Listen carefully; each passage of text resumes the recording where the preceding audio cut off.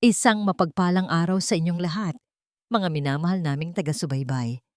Kumusta po ang inyong mga puso ngayon? Sana ay nasa mabuti kayong kalagayan. Samahan niyo po akong muli sa isang panibagong paglalakbay ng damdamin, isang kwentong magpapaalala sa atin na hindi nasusukat sa kintab ng alahas o kapal ng pitaka ang tunay na halaga ng isang tao. Madalas nating marinig na ang pag-ibig ay tungkol sa pagsasakripisyo, na gagawin natin ang lahat para sa taong mahal natin kahit pa ang ibaba ang ating sarili. Pero paano kung ang taong pinag-aalayan mo ng lahat ay siya ring dudurog sa iyong pagkatao? Hanggang saan ang kaya mong tiisin bago mo sabihing, tama na? Narito ang unang kabanata ng ating kwento. Handa na ba kayo? Simulan na natin. Napakalamig ng tubig na sumabog sa mukha ni Ligaya. Hindi ito ulan at lalong hindi ito aksidente.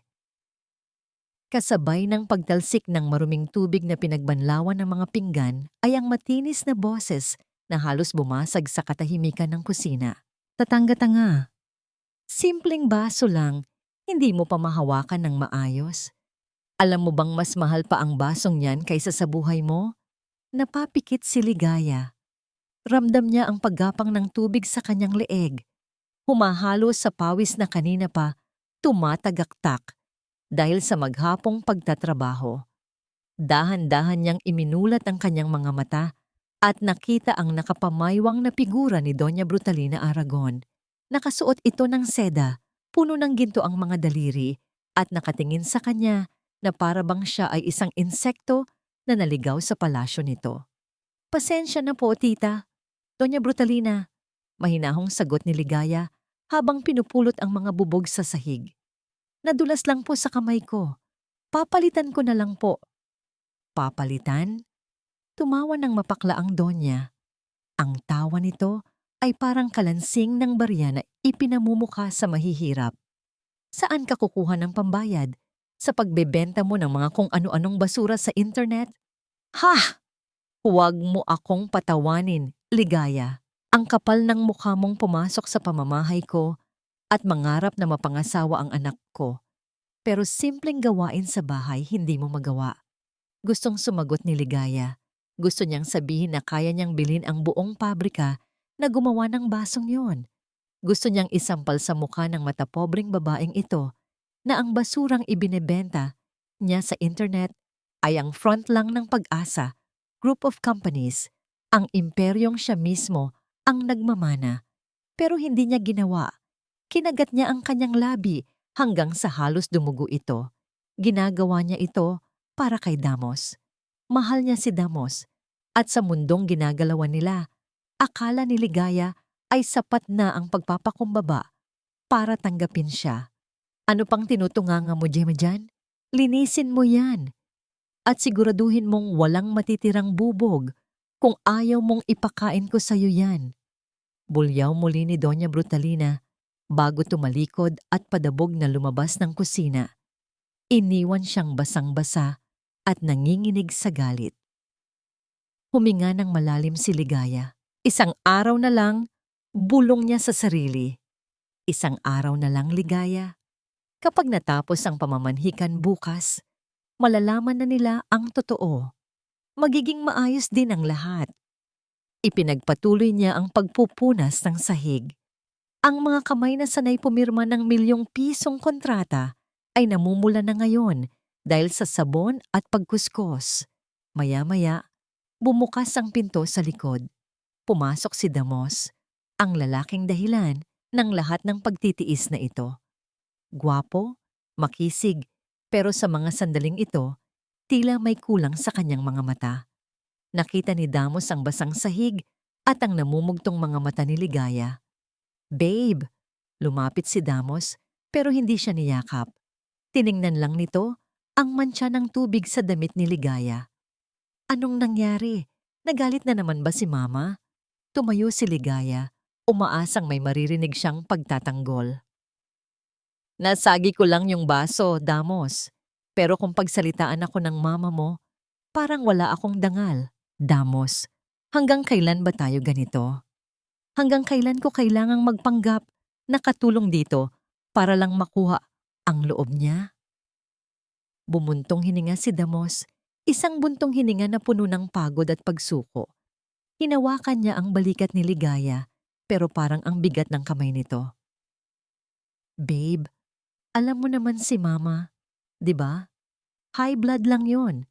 Saka, kasalanan mo rin naman kasi bakit hindi ka nag-ingat? Alam mong mainit ang ulo niya dahil bumabagsak ang sales ng kumpanya. Nanlamig si Ligaya, hindi dahil sa tubig, kundi sa narinig niya. Kasalanan ko pa? Damos, hindi ako nagrereklamo sa trabaho. Nanginginig ang boses ni Ligaya. Ang hinihingi ko lang, sana ipagtanggol mo naman ako kahit minsan. Bukas na ang pamamanhikan. Darating ang tatay ko. Ayokong bastusin niya rin ang pamilya ko gaya ng pambabastos niya sa akin. Umiwas ng tingin si Damos. Huwag kang mag-alala. Kakausapin ko siya. Basta galingan niyo bukas, ha? Magsuot kayo ng maayos. Ayaw ni Mama ng, alam mo na, mukhang cheap. Tumalikod si Damos at kumuha ng tubig sa ref. Tila tapos na ang usapan para sa kanya. Naiwan si Ligaya na nakatayo sa gitna ng kusina, hawak ang basahan, habang unti-unting nadudurog ang pag-asang pinanghahawakan niya. Nang gabing iyon, habang ang lahat ay natutulog na sa mansyon ng mga Aragon, palihim na lumabas si Ligaya sa hardin. Kinuha niya ang kanyang lumang cellphone at tinawagan ng isang numero na siya lang ang nakakaalam. Anak? Ang boses sa kabilang linya ay puno ng pag-aalala. Si Don Agos Pag-asa, ang makapangyarihang chairman na kinatatakutan ng marami, pero tiklop pagdating sa nag-iisang anak na babae. Pa! Nabasag ang boses ni Ligaya. Tumulo ang luha na kanina pa niya pinipigil. Ligaya! Tumigas ang boses ng matanda. Umuwi ka na. Ipinasundo na kita kay attorney kanina, pero tumanggi ka. Hindi ka pinalaki ng namayapa mong ina para maging utusan ng mga Aragon na, isang senyas mo lang anak, bibilin ko ang lupaing tinatayuan ng bahay nila at palalayasin ko silang lahat. Pa-please, pakiusap ni Ligaya pinapahid ang luha. Bigyan niyo po ako ng huling pagkakataon. Bukas ang pamamanhikan. Gusto kong makita kung totoo ba ang pagmamahal ni Damos. Kung kaya niya akong panindigan kahit wala akong pera. Kapag hindi naging maayos ang bukas, ipinapangako ko uuwi na ako. May katahimikan sa kabilang linya. Rinig ni Ligaya ang buntong hininga ng kanyang ama. Sige anak, pupunta ako bukas. Magpapanggap akong mahirap gaya ng gusto mo. Pero tandaan mo ito, ang diamante, kahit ibalot mo sa putik, diamante pa rin. Pero ang taong bulag sa halaga, kahit kailan hindi makikita ang kinang mo. Binaba ni Ligaya ang telepono. Tumingala siya sa madilim na langit. Wala ni isang bituin. Bumalik siya sa loob ng bahay para kunin ang kanyang gamit. Pero napatigil siya sa tapat ng kwarto ni Doña Brutalina. Bahagyang nakabukas ang pinto. Rinig niya ang boses ng Doña at ni Damos. Ma, sigurado ka ba dito? Baka mapahiya naman tayo. Boses ni Damos, puno ng pag-aalinlangan. Anong mapahiya? Matinis na sagot ni Brutalina. Damos, makinig ka. Bagsak na ang negosyo natin. Kailangan mo ng asawang mayaman, katulad nung anak ng senador. Pero dahil nagmamatigas ka dyan sa Ligaya na, yan sige, pagbibigyan kita, papakasalan mo siya. Napahawak si Ligaya sa dibdib niya. Pumayag na si Doña Brutalina. Sumilay ang maliit na ngiti sa kanyang labi. Salamat naman. Pero hindi pa tapos magsalita ang Doña. Papakasalan mo siya para maging katulong ko habang buhay. Tutal sanay naman siya sa hirap. Makakatipid tayo sa pasweldo. At para sa pamamanhikan bukas, may tunog ng papel na nilulukot. Ito, ibigay mo sa kanila to bukas. 500 piso? Gulat na tanong ni Damos. Seryoso ka? Pambili lang to ng merienda? Masyado naman atang, sobra pa nga yan. Putol ni Doña Brutalina at ang bawat salita niya ay parang punyal na tumatarak sa puso ng nakikinig na si Ligaya sa labas ng pinto. 500. Iyan lang ang halaga ng babaeng yan at ng pamilya niyang patay gutom. Kung tatanggapin nila yan, ibig sabihin, desperada talaga silang makapasok sa pamilyang ito. Kung ayaw nila, edi lumaya sila. Matulog ka na. At siguraduhin mong nakapahanda na ang 500 piso na yan sa lamesa bukas. Napadausdo si Ligaya sa pader. Ang maliit na pag-asa sa puso niya ay tuluyan ng namatay, pinalitan ng isang bagay na mas mainit, mas mabigat, at mas mapanganib. Wala ng luha, wala ng awa. Tumayo si Ligaya, inayos ang kanyang damit, at tumingin sa pinto ng kwarto na parang nakatingin sa isang hukay.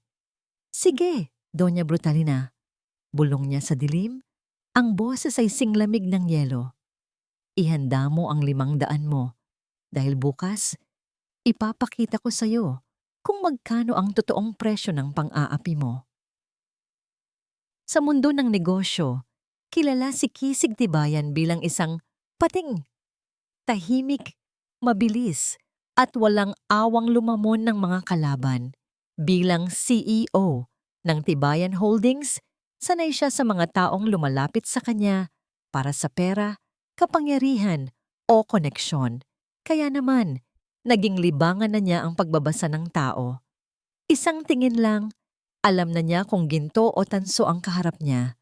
Pero ngayong hapong ito, sa loob ng Galleria de Luz, ang pinakasikat na art gallery sa lungsod, tila may isang puzzle na hindi niya mabuo.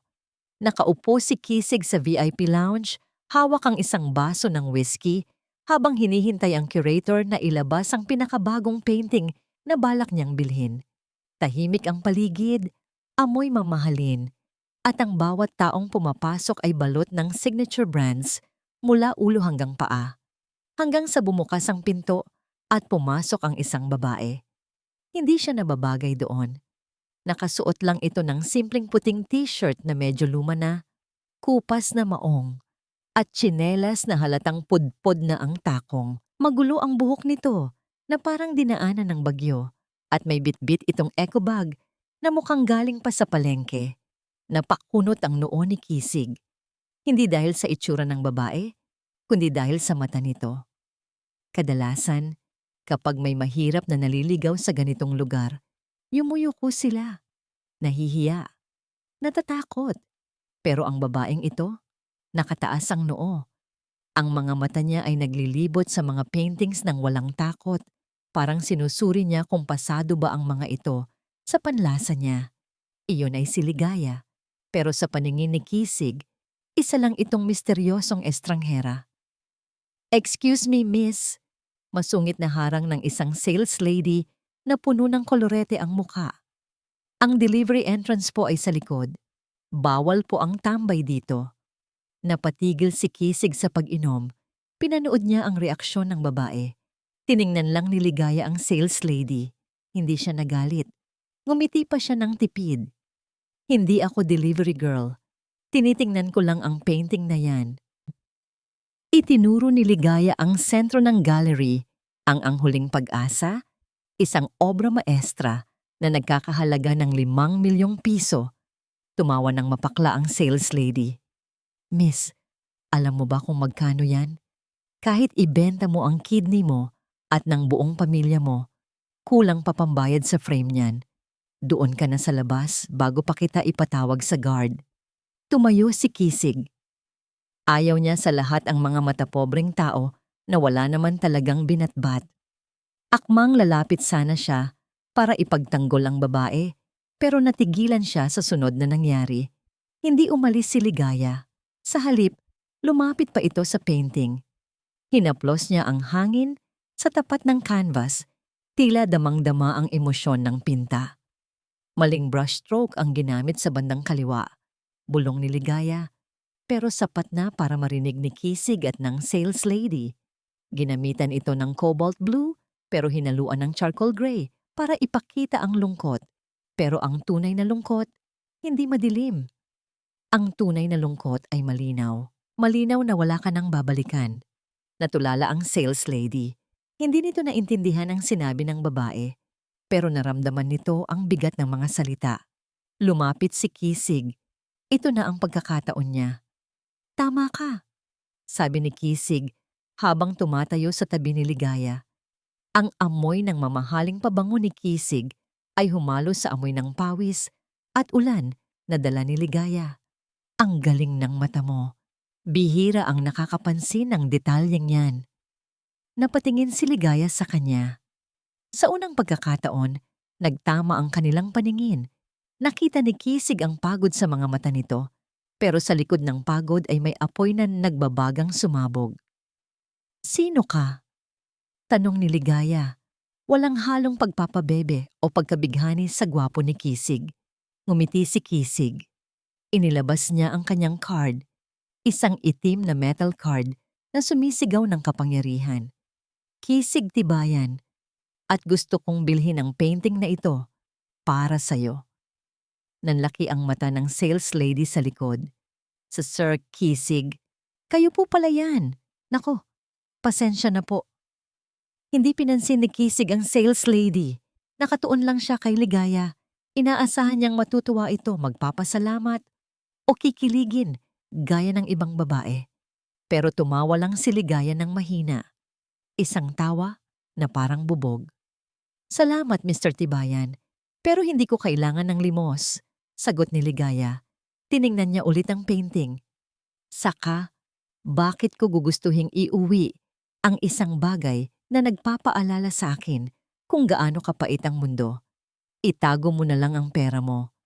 Ayos lang sana ang pagtanggi. Pero ang sunod na sinabi ni Ligaya ang nagpatigil sa mundo ni Kisig. Bumaling ito sa sales lady na nanginginig na sa takot. At ikaw, ate, huwag mong husgahan ang laman ng bulsa base sa suot ng tao. Minsan, ang mga nakadamit ng ginto ay siya pang walang laman ng puso. At ang mga mukhang basahan, sila ang may hawak ng susi sa kinabukasan nyo. Pagkasabi noon, tumalikod si Ligaya at naglakad palabas ng gallery nang walang lingon-lingon. Ang kanyang tsinelas ay lumikha ng tunog na parang mga yabag ng isang reyna na naglalakad sa sarili niyang palasyo. Naiwan si Kisig na nakanganga. Ito ang unang beses na may tumanggi sa kanya. Ito ang unang beses na may nagparamdam sa kanya na ang bilyones niya ay walang kwenta. Sir Kisig! Lumapit ang curator na halos himatayin sa kaba. Paumanhin po sa nangyari. Ipapataboy ko na po ang babaeng yan. Hindi, putol ni Kisig. Nakangisi na siya ngayon. Isang ngisi na nangangahulugang nahanap na niya ang kanyang bagong target. Ihanda mo ang painting, bibilhin ko. Kinuha ni Kisig ang kanyang telepono at tinawagan ang kanyang private investigator. Hanapin mo kung sino ang babaeng kakalabas lang ng Galleria de Luz, nakaputing t-shirt, maong, at may dalang eco bag. I want to know everything.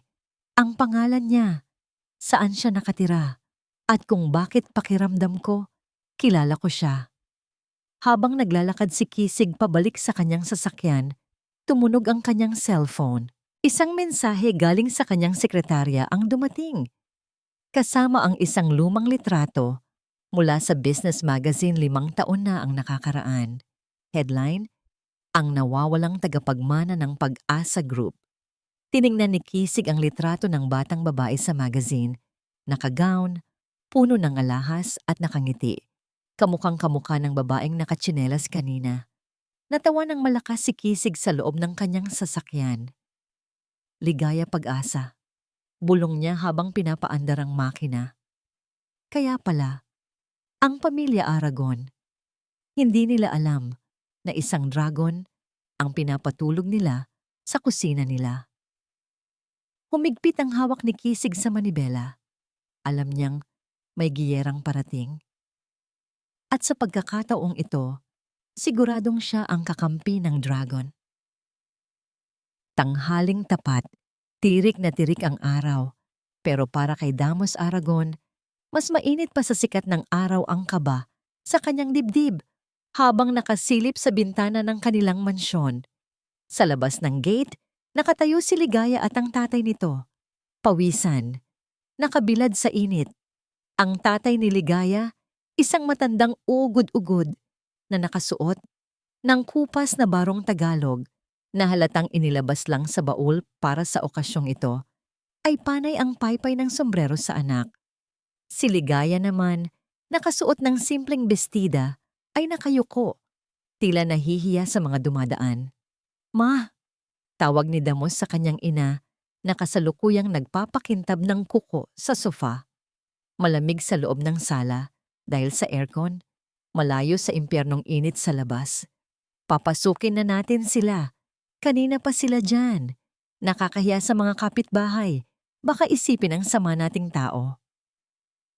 Hindi man lang nag-angat ng tingin si Doña Brutalina.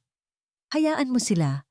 Kung talagang gusto ng babaeng yan na mapangasawa ka, dapat matuto siyang maghintay. Sinusubukan ko lang ang pasensya nila. Sa tingin mo ba, ang isang Aragon ay basta-basta na lang tatanggap ng bisita na amoy araw?" Napakuyom ng kamao si Damos. Gusto niyang lumabas. Gusto niyang buksan ang gate. Mahal niya si Ligaya. O ganoon ang iniisip niya.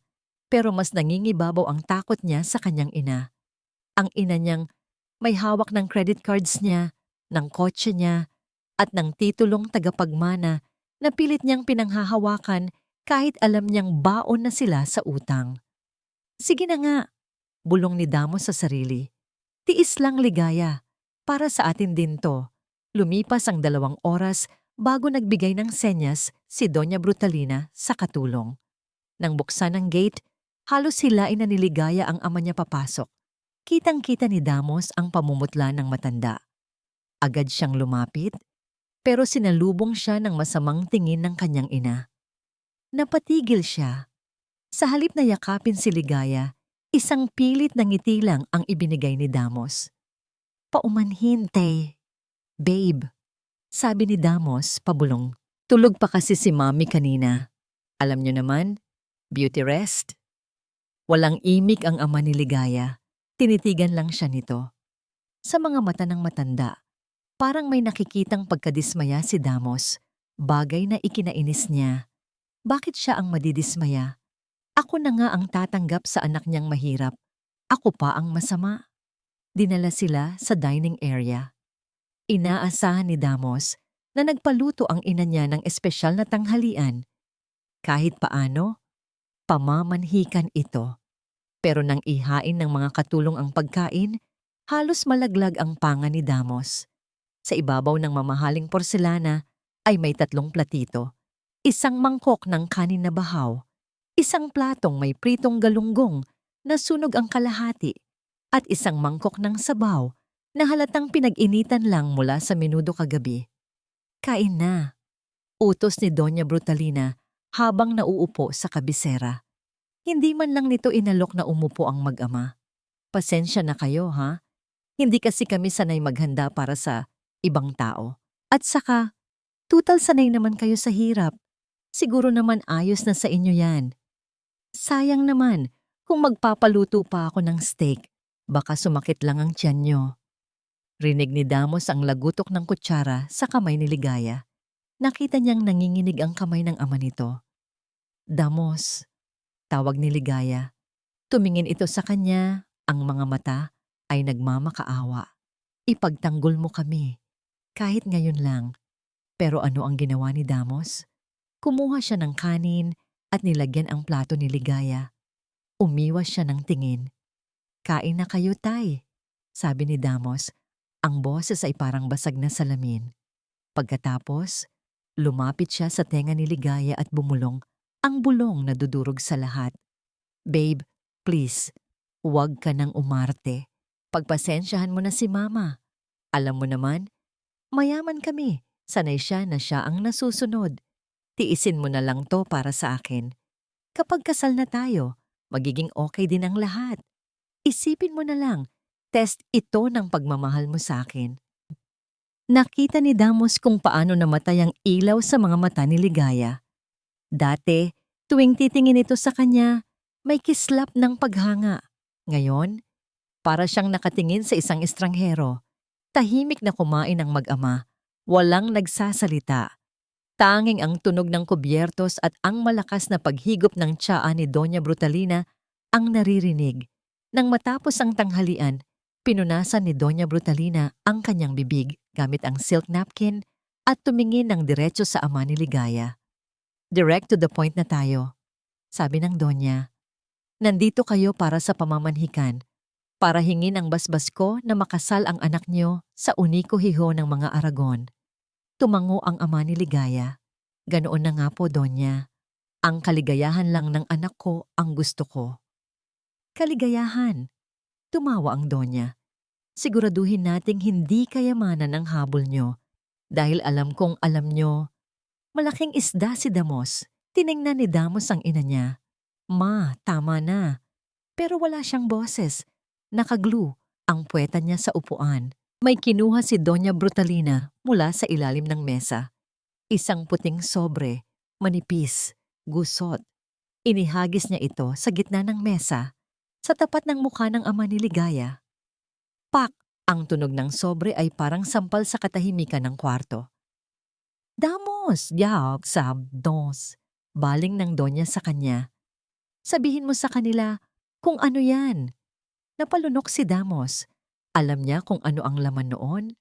At sa sandaling ito, gusto niyang lamunin siya ng lupa. Pero wala siyang magawa.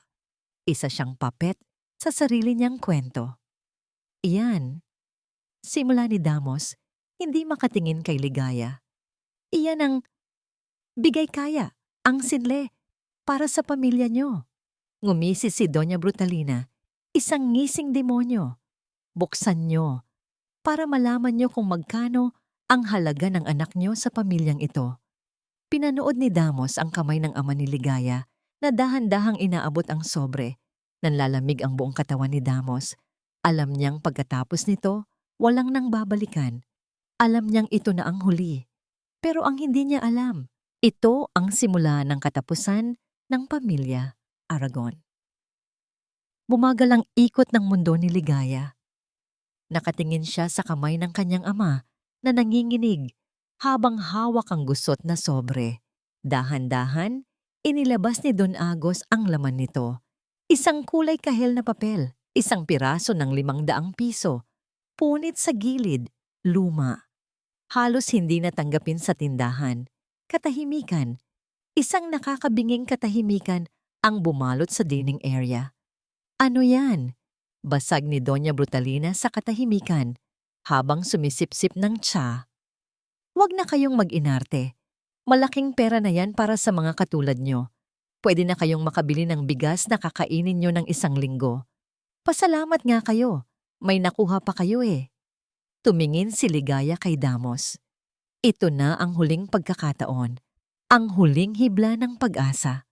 Damos, ang boses ni Ligaya ay mahina. Parang tinatansya ang lalim ng bangin bago tumalon. Ito ba ang tingin mo sa akin? 500? Yumuko si Damos. Pinaglalaroan nito ang table napkin, hindi makatingin sa kanya.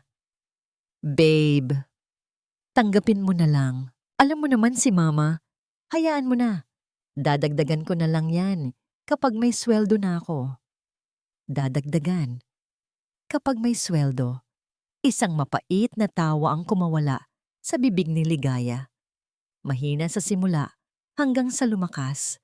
Tawa na puno ng sakit, pero unti-unting napapalitan ng galit. Bakit ka tumatawa? Asik ni Doña Brutalina. Nabaliw na ba ang babaeng to dahil sa tuwa sa 500? Biglang huminto si Ligaya sa pagtawa. Tumingin siya ng diretso sa mata ng Donya. Wala na ang maamong Ligaya na tagahugas ng pinggan. Wala na ang Ligaya na nagmamakaawa. Lumapit si Ligaya sa ama niya, kinuha ang 500 piso at lumakad palapit kay Doña Brutalina. Doña Brutalina, ani Ligaya. Ang tono niya ay nagbago, naging formal, matigas, at may diin ang bawat salita.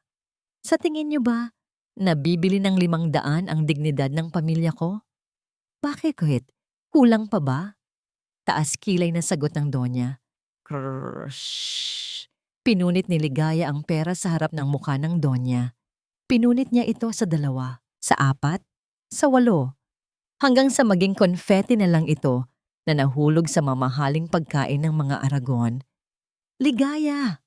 Anong ginagawa mo? Sigaw ni Damos, napatayo sa gulat. Pera yan. Pera? Humarap si Ligaya kay Damos. Kung ito ang presyo ng pagkatao mo, Damos, keep the change dahil hindi ko kailangan ng barya. At ikaw, baling niya sa Donya. Sinasabi niyo na patay gutom kami? Na desperada akong makapasok sa pamilya niyo? Pwes, makinig kayo ng mabuti. Hinubad ni Ligaya ang singsing na ibinigay ni Damos.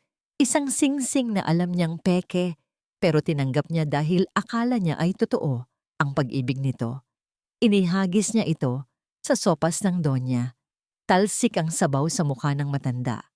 Tapos na tayo, Damos. Hinihiwalayan na kita. At ang kasal? Cancelled. Abat, ang kapal ng mukha mong hiwalayan ang anak ko. Tili ni Doña Brutalina. Nanginginig sa galit habang pinupunasan ng muka. Sino ka sa akala mo? Wala kang karapatang tanggihan kami. At dahil sa ginawa mo, sisiguraduhin kong wala kang makukuhang trabaho sa buong Maynila. Ipapakain kita sa aso. Sasagot pa sana si Ligaya nang biglang may naririnig silang ugong. Hindi lang isa, kundi sunod-sunod na ugong ng makina. Malakas, dumadagundong. Huminto ang ingay sa tapat mismo ng gate. Ano yon? Natatarantang tanong ni Damos. May mga pulis ba? Biglang bumukas ang main door ng mansyon. Pumasok ang kasambahay ng mga Aragon, namumutla at nanginginig ang tuhod. Ma'am! Sir Damos! Sigaw ng katulong. May mga sasakyan po sa labas. Ang dami. Hinarangan po nila ang buong kalsada. Bago pa makakilos ang mga Aragon, pumasok sa dining area ang 5 lalaking nakaitim na suit. May mga earpieces sa tenga. Sa gitna nila, naglalakad ang isang lalaking may edad, kagalang-galang. At may bitbit na briefcase. Kilala ni Damos ang lalaking ito. Nakikita niya ito sa TV, si Attorney Gozon, ang Chief Legal Counsel ng Pag-asa Group of Companies. Nilampasan ng mga lalaki sila Damos at Doña Brutalina. Dumiretso sila kay Don Agos at Ligaya. Sabay-sabay na yumuko ang mga lalaki. Good afternoon, Chairman Agos. Good afternoon, Ma'am Ligaya. Bati ni Attorney Gozon ng may mataas na paggalang. Handa na po ang convoy. Hinihintay na po kayo ng Board of Directors. Nalaglag ang panga ni Doña Brutalina. Si Chairman? Tumayo ng tuwid si Don Agos. Inalis niya ang suot na kupas na sombrero at inihagis ito sa sahig.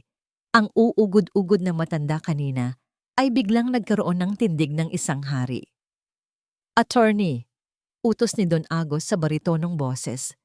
Pakilinis nga ng sapatos ng anak ko na dumihan kasi sa sahig ng bahay na ito. Masusunod po, Chairman.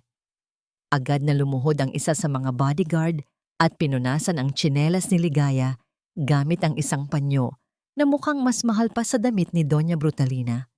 Teka, anong nangyayari dito? Nauutal na tanong ni Damos. Ligaya? Chairman? Anong? Humarap si Ligaya kay Damos. Wala nang luha.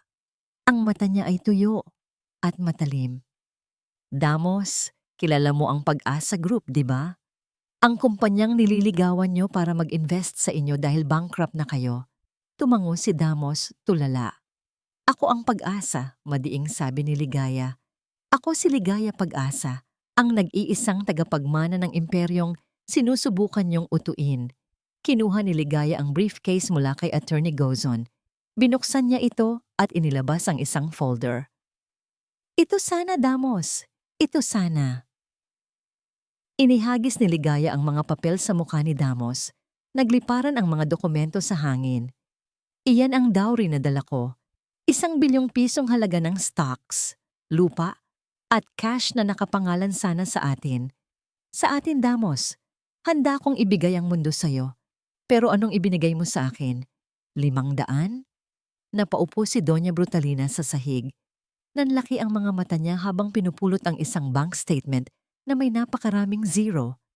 1 bilyon. Bulong ng matanda. Parang mauubusan ng hininga. Let's go, Dad, sabi ni Ligaya sa Ingles. Ang tono ay pang CEO na. Masyadong mabaho ang hangin dito. Amoy, bad investment. Tumalikod si Ligaya at naglakad palabas. Nakasunod sa kanya ang ama niya at ang mga bodyguards. Naiwan si Damos na nakatayo sa gitna ng nagkalat na papel at punit na 500 piso. Ligaya! Sigaw ni Damos, humahabol. Babe! Wait! Magpaliwanag ka! Babe! Pero huli na. Paglabas ni Ligaya ng gate, sumalubong sa kanya ang isang makintab na Rolls-Royce Phantom. Pinagbuksan siya ng pinto ng driver. Bago sumakay, lumingon si Ligaya kay Damos na nakahawak sa gate, umiiyak. Binaba ni Ligaya ang bintana ng sasakyan ng kaunti. Huwag kang mag-alala, Damos, huling sabi ni Ligaya habang umaandar ang makina. Hindi pa tayo tapos. Kinuha niyo ang tiwala ko. Kaya kukunin ko ang lahat sa inyo. Wait for my lawyers. At sa isang iglap, humarurot ang convoy. Iniwan ang pamilya Aragon sa alikabok ng kanilang pagsisisi. Sabi nila, ang buhok ay ang korona ng isang babae. Pero para sa akin, ang mahaba at nakatali kong buhok nitong nakaraang 2 taon ay naging simbolo ng aking pagkaalipin. Nakatitig ako ngayon sa salamin ng isang eksklusibong salon sa Makati. Ang babaeng nakatingin pabalik sa akin ay pamilyar, pero parang ibang tao. Mugto pa rin ang mga mata, pero wala nang luhang tumutulo na. Ma'am Ligaya, tanong ng stylist na nasa likod ko, hawak ang gunting. Sigurado na po ba kayo? Ang ganda po ng buhok nyo. Sayang kung puputulin natin ng maikli. Huminga ako ng malalim. Naalala ko kung paano hilahin ni Doña Brutalina ang buhok ko kapag nagagalit siya. Naalala ko kung paano sabihin ni Damos na gusto niya ng babaeng mahaba ang buhok dahil mukhang masunurin. Gupitan mo, utos ko. Ang boses ko ay matatag. Gupitan mo hanggang sa mawala lahat ng bigat. Kekkangotsaka, bawat bagsak ng hibla ng buhok sa sahig ay parang pagtanggal ng isang kadena. Kasama nitong nahulog ang alaala ng 500 piso. Kasama nitong nahulog ang pangalan ni Damos. Makalipas ang 1 oras tumayo ako. Ang dating Ligaya na mukhang manang ay wala na. Ang nasa salamin ay isang babaeng may bob cut. Matapang, sharp, at sophisticated. Sinuot ko ang puting power suit na ipinahanda ni Dad. Ang dating tsinelas na pudpod ay pinalitan ko ng Christian Louboutin na takong pula ang ilalim, kasing kulay ng dugo ng mga kalaban na pababagsakin ko. Welcome back, Miss Pag-asa, bati ni Dad, nang makita ako sa lobby ng Pag-asa Tower. Nakangiti siya, pero may halong lungkot. Patawarin mo ako kung hinayaan kitang masaktan ng ganoon katagal. Kailangan ko yon, Dad. Sagot ko habang inaayos ang kwelyo ng aking blazer. Kailangan kong madurog para mabuo ulit ng mas matibay. Ngayon, simulan na natin ang trabaho. Pagpasok ko sa boardroom, tumahimik ang lahat. Nandoon ang 12 board members, mga matatandang lalaki, na sanay na sila ang nasusunod. Pero nang marinig nila ang tunog ng takong ko sa marmol na sahig, lahat sila ay napatingin. Umupo ako sa kabisera, sa pwesto ng tagapagmana. Gentlemen, panimula ko, wala akong dalang script. Alam nyo ang nangyari. Alam nyo kung sino ako. At alam nyo na sa loob ng 2 taon, namuhay ako kumoy. Namuhay ako sa labas ng kumpanyang ito. Tiningnan ko sila isa-isa. Pero tapos na ang bakasyon. I am taking over operations immediately. At ang una nating agenda, asset cleanup. Nagbulungan ang mga directors. Ilabas ang lahat ng files tungkol sa Aragon Builders. Utos ko sa aking sekretarya. Sa screen sa likod ko, lumabas ang graph ng kumpanya nila Damos. Pabagsak. Pula lahat. Ang kumpanyang ito ay nabubuhay na lang dahil sa pending partnership nila sa atin. Paliwanag ko. Umaasa silang sasaluin natin ang utang nila. Well, I am officially rejecting the proposal. Pero Ma'am Ligaya, singit ng isang direktor. Malulugi sila ng tuluyan. Mawawalan sila ng investors. Baka mag-file sila ng bankruptcy bukas na bukas din. Ngumiti ako. Isang ngiti na hindi umabot sa mata. Exactly. That is the plan. Pull out all stocks. Cancel all meetings. I want Aragon Builders to crumble by noon tomorrow. Pagkatapos ng meeting, bumalik ako sa aking opisina. Ang opisinang tanaw ang buong lungsod. Kinuha ko ang cellphone ko. 75 missed calls from my love. 20 messages from Tita Brutalina. Binuksan ko ang isa sa mga message ng Donya. Hija, ligaya. Nagkakaintindihan lang tayo. Joke lang naman yung kanina. Bumalik ka na. Namimiss ka na ni Damos. Pinagluto kita ng paborito mong ulam. Natawa ako ng mahina. Paborito? Ni hindi nga nila alam kung may allergy ako o wala. Pinindot ko ang block contact. Sunod kay Damos. Block contact.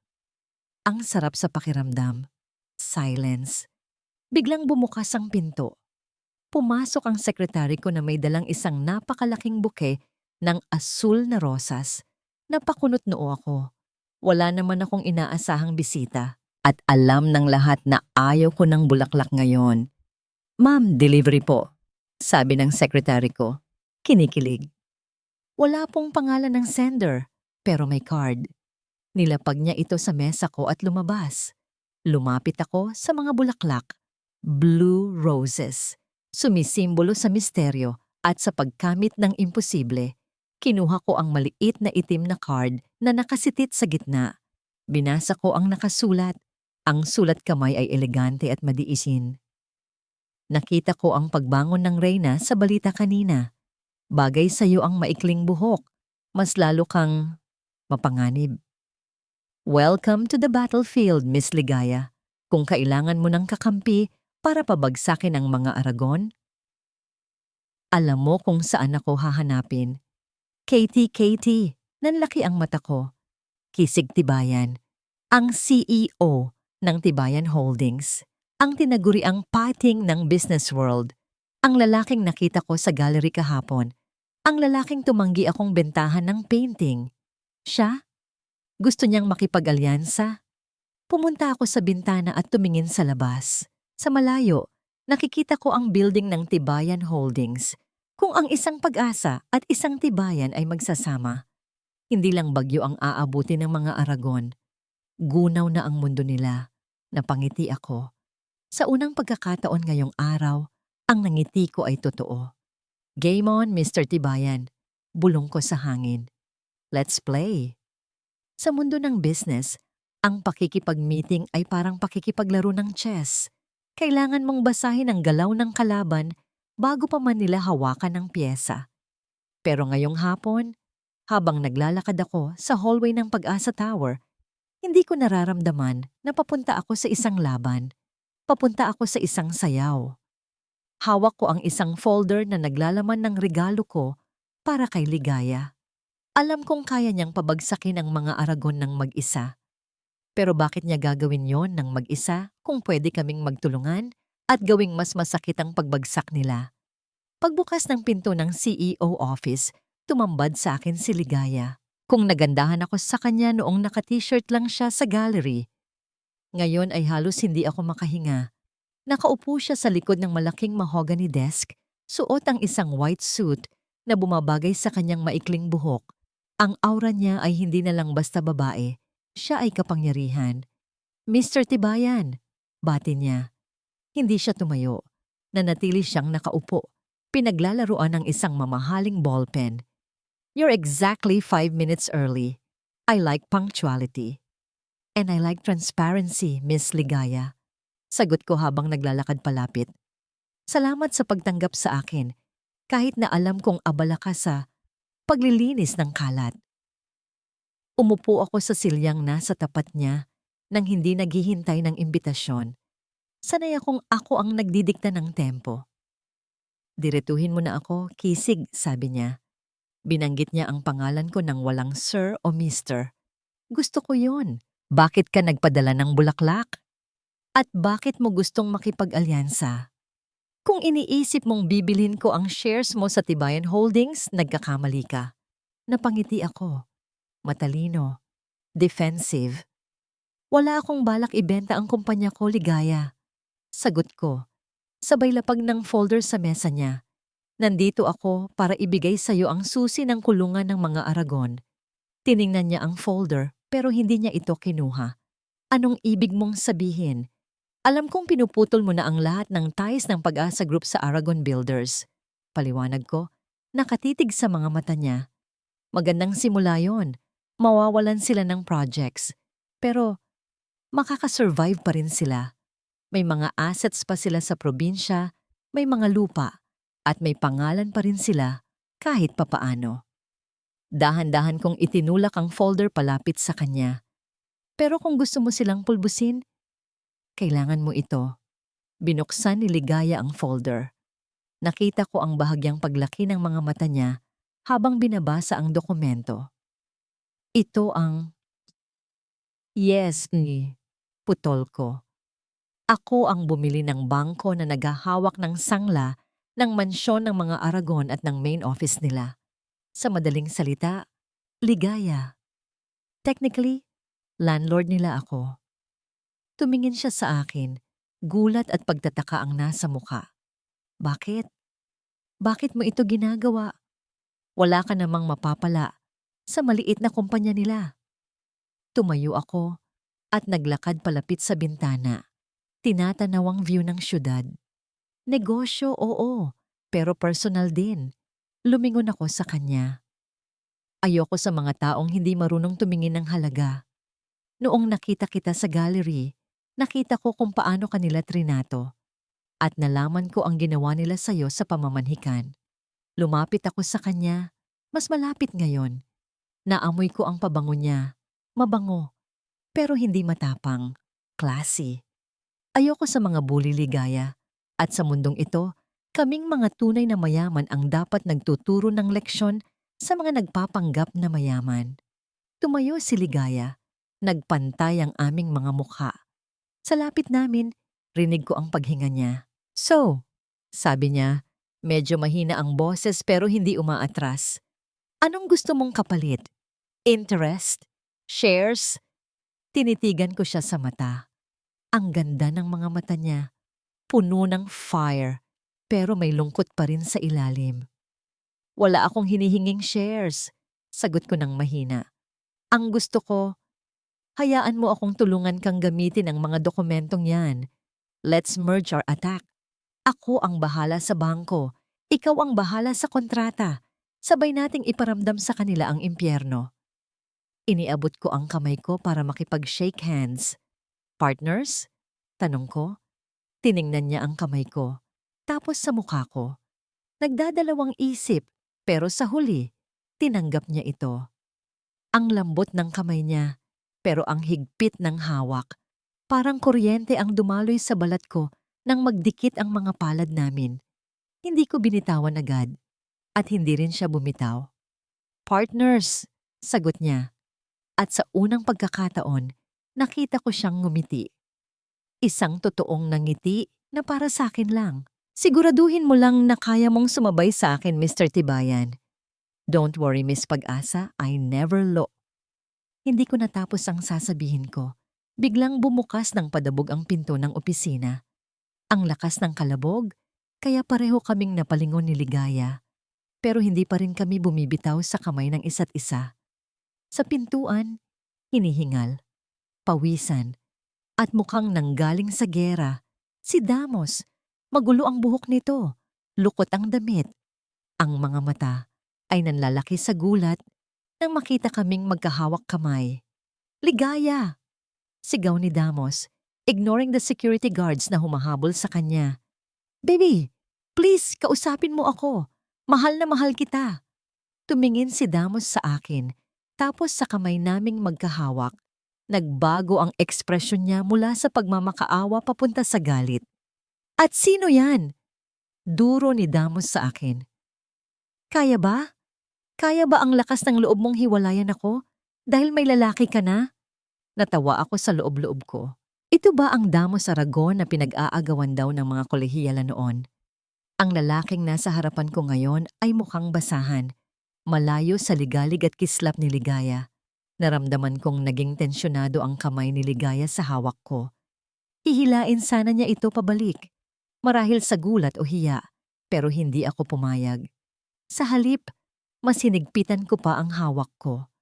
Isang reassurance, isang pahiwatig na ako ang bahala. Dahan-dahan akong humakbang paharap, tinatakpan si Ligaya mula sa paningin ni Damos. Binitawan ko lang ang kamay ni Ligaya nang masiguro kong nasa likod ko na siya, ligtas mula sa anumang gagawin ng baliw niyang ex. "Lower your voice, Mr. Aragon," kalmado kong sabi. Ang boses ko ay mababa, pero yumanig sa buong kwarto. Nasa corporate office ka, wala sa palengke, at lalong wala ka sa bahay niyo para mag-iskandalo. Natigilan si Damos. Tiningnan niya ako mula ulo hanggang paa. Nakita ko ang takot na gumapang sa mukha niya nang mapagtanto niya kung sino. Ako. Kay Kisig Tibayan, paniutal niyang banggit. Ang may-ari ng Tibayan Holdings? Mabuti naman at kilala mo ako. Sagot ko, nakapamulsa, relaxed na relaxed. So alam mo rin kaya kitang ipakulong sa salang trespassing at harassment sa loob ng 5 minuto? Wala kang pakialam dito. Sigaw ulit ni Damos, bagamat nanginginig na ang boses. Sinubukan niyang sumilip sa likuran ko para kausapin si Ligaya.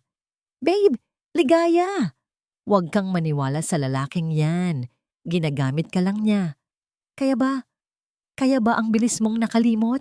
Dahil sa kanya?" Humakbang palabas si Ligaya mula sa likuran ko.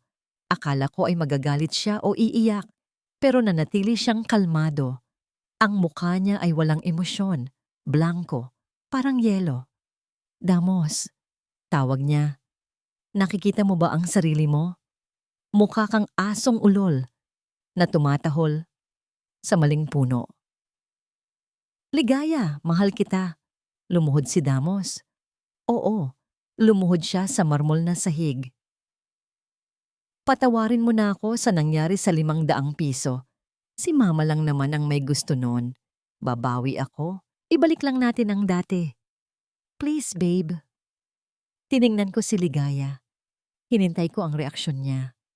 Sa mga ganitong eksena sa pelikula, dito lumalambot ang babae.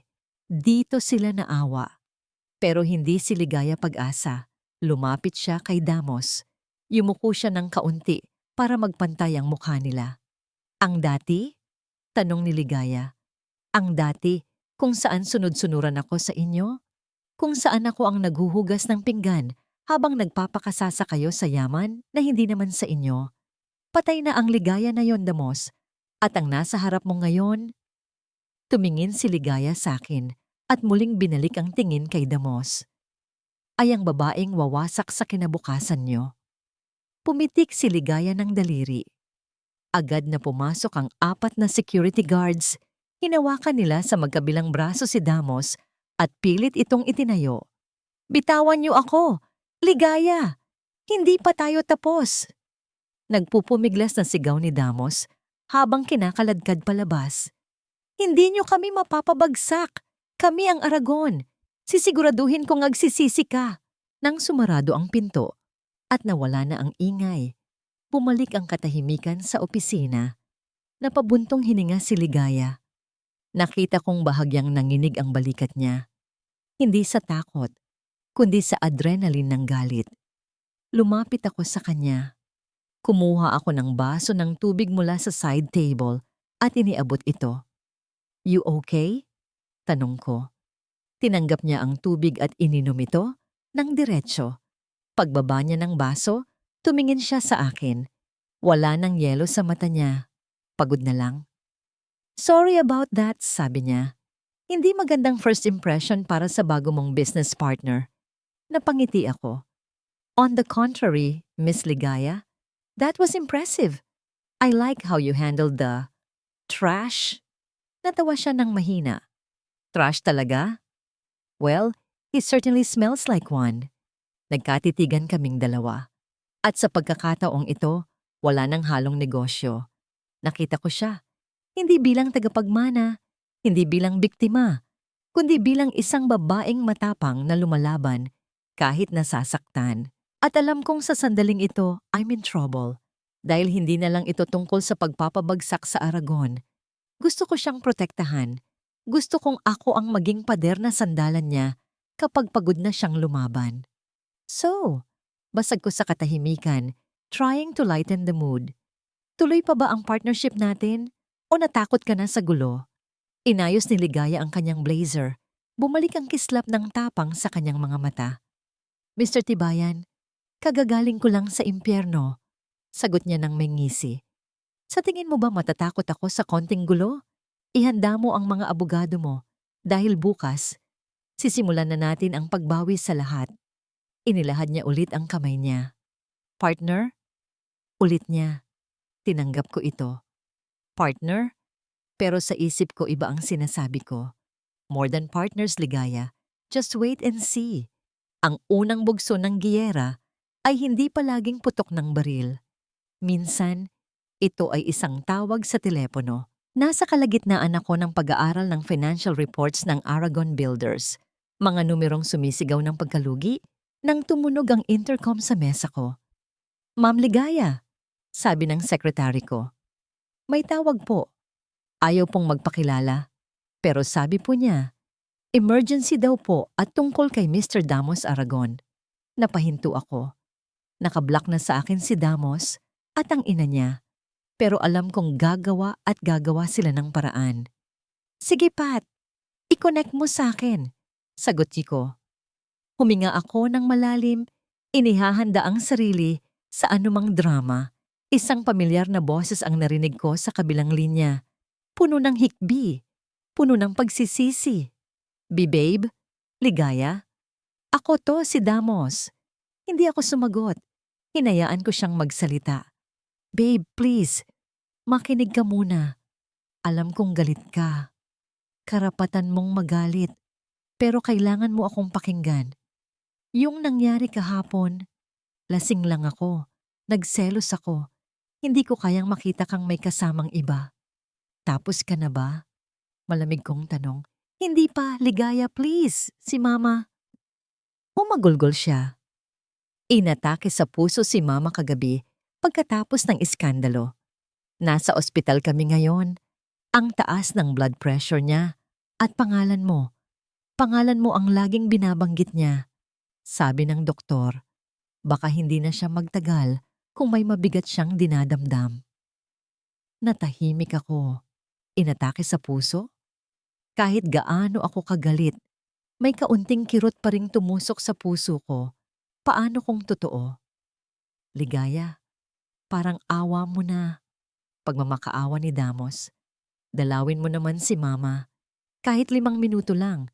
Gusto ka lang niyang makausap. Gusto niyang humingi ng tawad. Baka ito na ang huling hiling niya. Please babe, para na rin sa pinagsamahan natin. Binabaan ko siya ng telepono. Napahawak ako sa aking sentido. Isang aktingan na naman ba to? O totoo? Alam kong hindi ko dapat sila paniwalaan. Pero ang maliit na parte ng ating ligaya sa loob ko ay bumubulong. Paano kung dahil sa galit mo, may mamatay na tao? Kinuha ko ang cellphone ko at tinawagan ng numero na unti-unti nang nagiging pamilyar sa akin. Kisig, sabi ko pagkasagot niya. Ligaya, sagot niya sa kabilang linya, ang boses ay kalmado. Napatawag ka, may problema ba sa mga dokumento? Wala, may iba. Ikinuwento ko sa kanya ang tawag ni Damos, ang atake sa puso, ang huling hiling. May ilang segundong katahimikan bago sumagot si Kisig. Pating, sabi niya. Ano? Isang pain, isang bitag. Alam nilang mabuti ang puso mo, kaya doon sila aatake. Huwag kang pumunta, Ligaya. It's a trap. Alam ko, sagot ko. Pero, paano kung... Walang paano. Kung...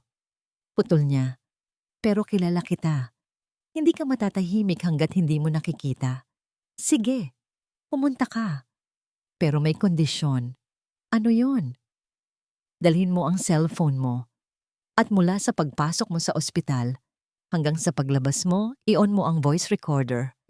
Huwag na huwag mong papatayin at ipadala mo sa akin ang lokasyon mo.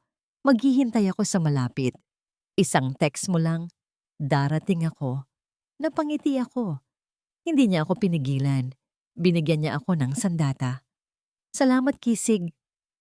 Mag-ingat ka, Reyna. Pagdating ko sa St. Luke's Hospital, sa pinakamahal na private suite, nadatnan ko ang isang eksenang parang kinuha sa teleserye. Nakahiga si Doña Brutalina sa kama. May nakakabit na IV drip sa kamay at mukhang napakapayak. Si Damos naman ay nakaupo sa tabi niya. Namumugto ang mata. Hawak-hawak ang kamay ng ina. Ligaya. Hija. Nanghihinang tawag ni Doña Brutalina pagkakita sa akin. Salamat. Salamat at dumating ka. Lumapit ako. Pinindot ko ang record button sa cellphone ko na nasa loob ng aking bag. Kamusta na po kayo, Doña Brutalina? Formal kong bati. Sinubukan niyang bumangon. Inalalayan siya ni Damos. Hija, patawarin mo ako. Humihikbing sabi ng Donya. Nabulag ako sa pera. Naging masama akong tao.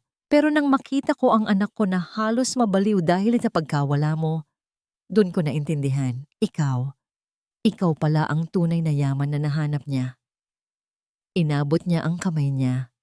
Patawarin mo na kami, Ligaya. Kalimutan na natin ang lahat. Bumalik ka na kay Damos. Ipinapangako ko, tatratuhin na kita na parang tunay na anak. Tiningnan ko si Damos. Umiiyak din siya. Tumatango-tango na parang tuta. Babe, please, sabi niya. Huwag mong hayaang mamatay si Mama na may sama ng loob sa atin. Bigyan mo kami ng isa pang pagkakataon. Ang galing nilang umarte. Kung hindi ko lang narinig ang usapan nila tungkol sa 500 piso, baka naniwala pa ako. Pero ngayon, ang nakikita ko lang ay 2 buwaya. Umiiyak, pero handang manakmal anumang oras. Doña Brutalina, mahinahon kong sabi, kung talagang nagsisisi kayo, may isang paraan para patunayan yan.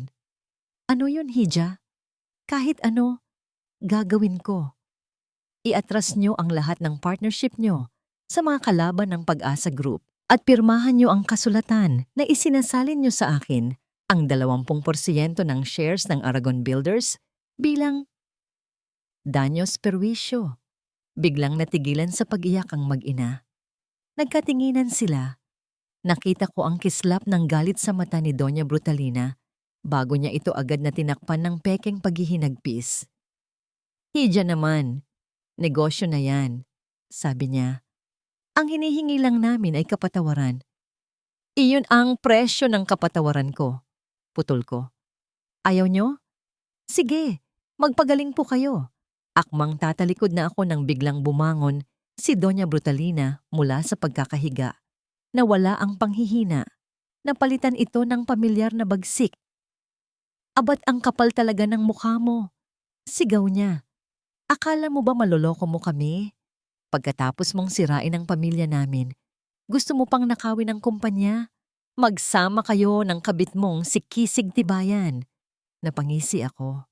Bingo. So hindi ka pala inatake sa puso? Tanong ko, habang dahan-dahang inilalabas ang cellphone ko sa bag. Sayang naman, mukhang magaling na kayo. Wala kang pakialam. Bulyaw ni Damos, napatayo na rin. Umalis ka na dito, malandi ka. Ahas, naglakad ako palapit sa kama. Inabot ko ang IV drip na nakakabit sa kamay ng Donya. Hinila ko ito. Walang dugo. Tubig lang. Plain water. Talaga? Tinaas ko ang kilay ko. Ang galing ng pag-arte nyo. Pang-FAMAS Awards.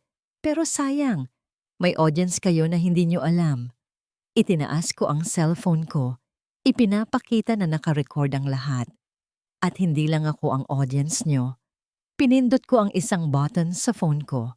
Sa isang iglap, ang usapan naming tatlo, ang sigawan, ang pag-amin na hindi siya inatake, ang pagtawag nila sa akin na ahas, ay umalingaw-ngaw sa buong ospital.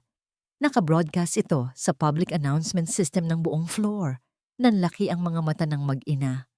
Anong ginawa mo? Nanginginig na tanong ni Damos. Nag-setup lang ako ng maliit na live stream sa tulong ng IT department ko. Sagot ko ng may ngiti. Narinig ng lahat ng doktor, nurse at pasyente sa paligid ang Oscar-winning performance nyo. Bumukas ang pinto. Pumasok ang mga nurse at gwardiya ng ospital. Gulat na gulat ang mga mukha. Doña Brutalina Aragon, sabi ko, sapat na para marinig ng lahat. Congratulations! Mukhang magaling na kayo. Pwede na kayong mag-check out. Baka kailangan nyo na ring mag-impake ng gamit sa mansyon nyo. Dahil bukas, baka wala na kayong bahay na mauuwian. Tinalikuran ko sila. Ang peking pasyente at ang anak niyang iyakin. Iniwan ko silang nakanganga sa gitna ng kahihiyan. Paglabas ko ng ospital, nakita ko ang isang pamilyar na itim na kotse na naghihintay sa di kalayuan. Sumakay ako sa passenger seat. So, kumusta ang pagbisita sa may sakit? Tanong ni Kisig. Hindi inaalis ang tingin sa daan, pero may ngiti sa labi. Effective ang gamot na dala ko. Bigla silang gumaling. Sagot ko. Tumawa siya. Ang sarap pakinggan ng tawa niya. Ipinadala ko na sa lahat ng major news outlets ang recording. Sabi niya, bukas, ang pangalan ng mga Aragon ay magiging kasing baho ng basura. Sumandal ako sa upuan, napapagod pero masaya. Salamat, Kisig. Wala yon, partner, sabi niya. Next move? Tumingin ako sa labas ng bintana. Papalubog na ang araw. Next move, ubusin sila. Walang hiya. Hayop siya. Papatayin ko siya. Ang mga salitang iyon ay paulit-ulit na isinisigaw ni Mama habang binabato ang lahat ng bagay na mahawakan niya sa loob ng mansyon. Basag na ang vase na galing China. Wasak na ang painting na ipinagyayabang niya sa mga amiga niya. Ang sahig na dati kumikinang ay puno na ngayon ng bubog. Parang refleksyon ng durog naming pagkatao. Nakatayo lang ako sa sulok, hawak ang cellphone. Ang mukha ko at ni Mama ay nasa lahat ng news sites. Socialite, nagpanggap na may sakit para lokohin ang dating manugang. Aragon Builders, nalulugi na. Nagsisinungaling pa? Hashtag Doña Lima 00. Viral sa social media. Tapos na kami. Ang mga telepono ay hindi tumitigil sa pag-ring. Mga investor na gustong mag-pull out, mga bangko na naniningil ng utang, mga reporter na gustong makakuha ng scoop. Sa isang iglap, ang pangalang Aragon, na dati sinisimbolo ng yaman, ay naging katatawanan na. Ano pang tinatayo-tayo mo dyan, Damos? Bulyaw ni Mama, ang mukha ay namumula sa galit. Wala ka bang gagawin? Hahayaan mo na lang ba na sirain tayo ng babaeng yan at ng lalaki niya? Anong gusto mong gawin ko, Ma? Sigaw ko pabalik. Sa unang pagkakataon ay nagtaas ako ng boses sa kanya. Tapos na tayo. Wala na. Bankrupt na tayo. Pinatalsik na ako sa golf club. Kahit ang mga kaibigan ko, hindi na sinasagot ang tawag ko. Kasalanan mo to, duro niya sa akin. Kung hindi ka lang naging duwag. Kung pinanindigan mo lang sana siya noon. Sana mayaman na tayo ngayon. Masakit. Ang bawat salita ay parang suntok sa sikmura. Kasalanan ko. Oo, alam ko. Pero ang pagsisisi ay hindi na maibabalik ang lahat. Umupo si Mama sa sahig, sa gitna ng mga bubog, at humagulgol. Ang Doña Brutalina na kilala ko ay wala na. Ang natira ay isang talunang babae. May isang paraan pa. Bulong niya pagkatapos ng ilang sandali. Ang boses niya ay naging malamig, puno ng lason. Ano yon? Tumingin siya sa akin. Ang mga mata niya ay may apoy ng demonyo. Sabi nila, ahas daw si Ligaya. Pwes, ipakita natin sa lahat kung anong klaseng ahas siya. Hindi kita maintindihan, Ma. Simple lang, Damos. Tumayo siya. Kung hindi natin siya kayang talunin sa pera, talunin natin siya sa pangalan. Sisirain natin ang reputasyon niya. Ipapakita natin sa mundo na isa siyang malandi, taksil, at walang kwentang babae. Kapag nawala ang tiwala ng board of directors sa kanya, aalisin siya sa pwesto. At kapag wala na siya sa pwesto, madali na siyang durugin. May kinuha siyang sobre sa kanyang drawer. Inihagis niya ito sa akin, puno ng pera. Yan na ang huli nating pera, sabi niya. Gamitin mo yan. Maghanap ka ng mga taong hindi natatakot madumihan ng kamay. Kailangan natin ng gulo. Isang gulo na maglalagay sa pangalan ni Ligaya sa putik. Kinabukasan, sinimulan namin ang plano. Una, ipinakalat namin sa mga tabloid at social media ang kwento na matagal nang may relasyon si Ligaya at Kisig Tibayan, na habang kami pa, tinatraidor na niya ako, na kaya lang niya ako hiniwalayan ay dahil mas mayaman si Kisig. Isang gold digger na umakyat sa mas mataas na puno. Pangalawa, nagbayad kami ng mga tao para guluhin ang mga construction sites ng Pag-asa Group, mga pekeng protesta, mga maliliit na aksidente, para palabasin na hindi maganda ang pamamalakad ni Ligaya. Pero alam namin, hindi sapat yon. Kailangan namin ng isang malaking pasabog. Ang bodega nila sa Laguna, sabi ni Mama sa telepono. Nandoon lahat ng bagong materyales para sa itatayo nilang condominium. Milyon-milyon ang halaga. Kung mawawala yon. Ma, delikado yan. Pagsunog yan, krimen yan. Tutol ko. Mas krimen ang ginawa nila sa atin. Sigaw niya. Gawin mo na, Damos. Ito na ang huling barahan natin. Kapag nasunog yon, malulugi sila. At kapag nalaman ng mga investor na delikado ang projects nila, aatras sila. Doon tayo babawi. Gabi. Madilim. Kasama ko ang dalawang lalaking mukhang siga na inupahan ko. Amoy gasolina ang paligid. Sigurado ka ba dito, boss? Tanong ng isa. Mahigpit ang security. Nanginginig ang kamay ko habang hawak ang lighter. Nakikita ko ang mukha ni Ligaya sa isip ko. Ang mukha niya noong masaya pa kami. Ang mukha niya noong sinabi niyang mahal niya ako. Pero napalitan ito ng mukha niya kahapon. Malamig, mapanghusga, puno ng pandidiri. Kasalanan niya to. Gawin niyo na, utos ko. Binuhusan nila ng gasolina ang paligid ng bodega.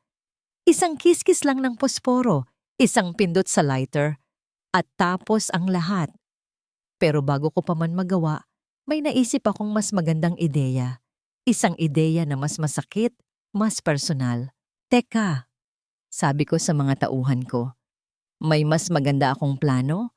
Hindi lang ang bodega ang target natin. Kinuha ko ang cellphone ko at tinawagan ng isang contact. Nasaan ang target ngayon? Magaling. Sundan niyo siya. Siguraduhin niyong magkakaroon ng aksidente. Isang aksidente na magpapatigil sa kanya sa panghihimasok sa buhay ko. Ang target? Si Kisig Tibayan. Kung aalisin ko si Kisig sa eksena, mag-isa na lang ulit si Ligaya. Magiging mahina ulit siya. At kapag mahina na siya, babalik siya sa akin. Dapat. Pagkatapos niyo sa kotse niya, ituloy niyo ang pagsunog, utos ko. Double kill. Pinanood kong umalis ang mga tauhan ko. Naiwan akong mag-isa sa dilim, malamig, nakakatakot. Hindi ko nakilala ang sarili ko. Ang dating Damos na nangangarap lang ng magandang buhay ay naging isang halimaw. Pero wala na akong pakialam. Kung ito ang paraan para mabawi ko si Ligaya at ang buhay ko, gagawin ko. Kahit pa ang ibig sabihin nito ay ang pagsunog sa buong mundo. Sir, nakasunod pa rin po sila. Dalawang motorsiklo. Ang boses ng security driver ko ay kalmado, pero alerto sa kabilang linya ng earpiece. Tumingin ako sa side mirror ng aking sasakyan. Tama siya. Isang itim na motor, dalawang lalaking naka-helmet. Sinusundan na nila ako mula pa nang umalis ako sa opisina. Napangisi ako. Amateurs. Good, sagot ko. Huwag mong iwawala yan. Dalhin mo sila sa underpass sa C5. Siguraduhin mong walang ibang sasakyan doon. The team is waiting. Copy, sir. Alam kong mangyayari ito.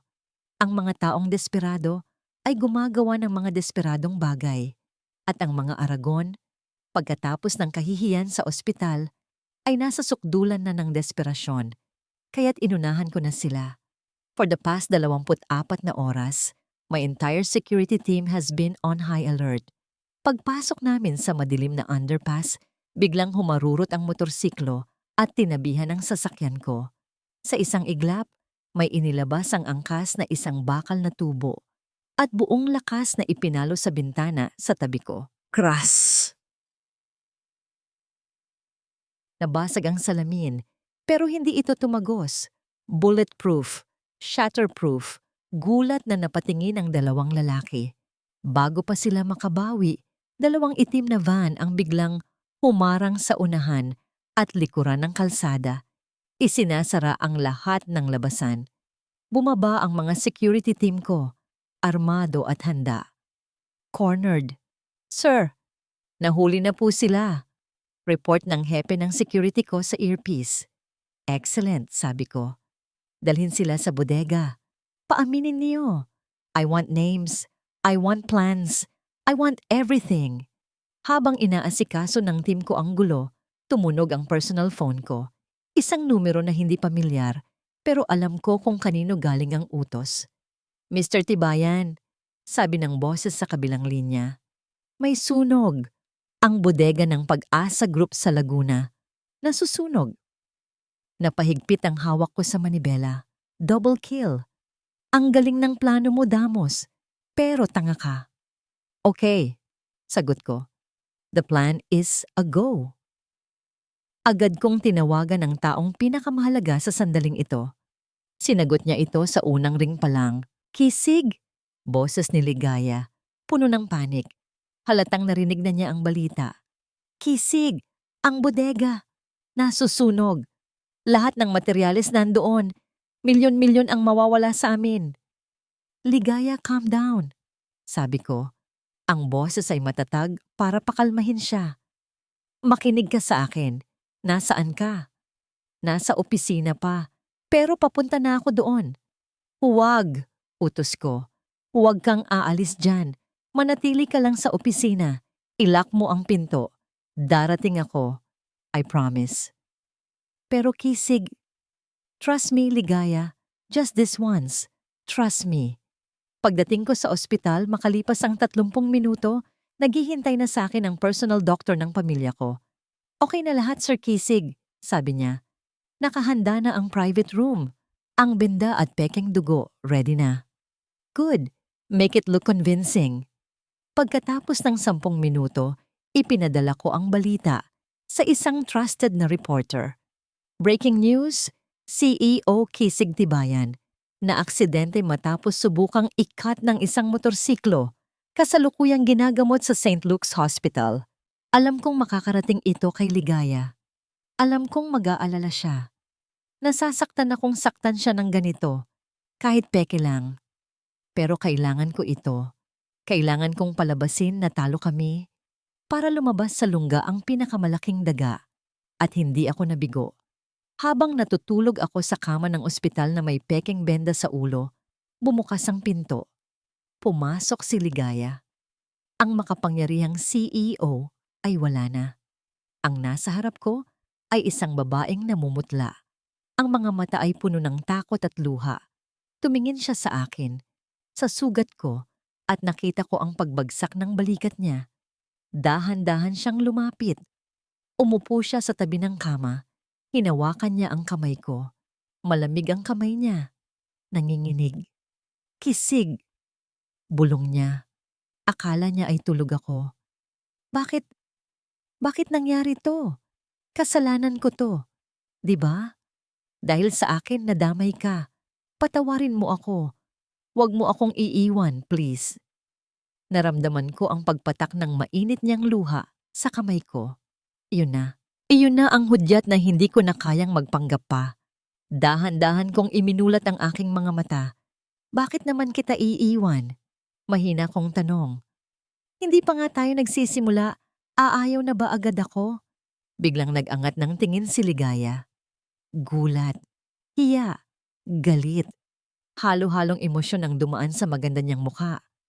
Agad niyang binawi ang kanyang kamay. Walang hiya ka, sabi niya. Sabay hampas sa braso ko. Hindi malakas, pero ramdam ko ang pag-aalala sa likod nito. Akala ko kung napano ka na. Pinag-alala mo ako ng husto. Anong Anong ibig sabihin ng lahat ng ito? Bakit may benda ka kung gising ka naman pala? Umupo ako mula sa pagkakahiga. Tinanggal ko ang benda sa ulo ko. Peke lang to, sabi ko. Isang palabas. Kailangan kong palabasin na mahina ako, na naaksidente ako. Para ang taong nag-utos nito ay maging kampante at gumawa ng isa pang pagkakamali. Ang taong, si Damos? Tanong niya, nanginginig ang boses. Tumango ako. Hindi lang ang sasakyan ko ang target niya kanina, Ligaya. Pinapasunog din niya ang bodega niyo sa Laguna. Napahawak siya sa bibig. Diyos ko, nagawa niya talaga yon. Pero hindi siya nagtagumpay, sabi ko. Tumingin siya sa akin, naguguluhan. Paano yung nangyari? Nakatanggap ako ng report. Sabi nila, abo na ang lahat. Isa pa ring palabas. Ngiti ko. Alam kong yun ang babanatan niya. Kaya't 1 linggo na ang nakakaraan nang bilhin ko ang bangko ng mga Aragon. Palihim ko na ring ipinalipat ang lahat ng stocks at materyales mula sa bodega niyo papunta sa isa sa mga warehouse ko. Ang nasunog kanina ay isang lumang bodega na puno ng basura at mga kahon. Nakita ko kung paano nagproseso sa isip niya ang lahat. Ang gulat ay napalitan ng paghanga at pagkatapos ay ng relief. Kaya pala pinapunta mo ako dito para ilayo ako sa panganib. Hindi lang yun. Lumapit ako sa kanya. Hinawakan ko ang kamay niya at sa pagkakataong ito, hindi na niya ito binawi. Pinapunta kita dito dahil kailangan mong makita na kahit anong mangyari, hindi kita pababayaan. At dahil, kailangan kong malaman kung tinitigan ko siya sa mata. Kung mag-aalala ka ba para sa akin? Namula ang pisngi niya. Umiwas siya ng tingin, pero hindi pa rin niya binibitiwan ang kamay ko. Siyempre mag-aalala ako. Mahina niyang sagot. Partner kita, di ba? Partner lang ba talaga, Ligaya? Bago pa siya makasagot, bumukas ang pinto. Pumasok ang hepe ng security ko. May dalang tablet. Sir, sabi niya, nagsalita na po sila. May video confession. Inabot niya sa akin ang tablet. Pinanood naming dalawa ni Ligaya. Nandoon ang 2 lalaking sumubok pumatay sa akin. Umiiyak, umaamin sa lahat. Si Sir Damos Aragon po ang nag-utos sa amin, sabi ng isa.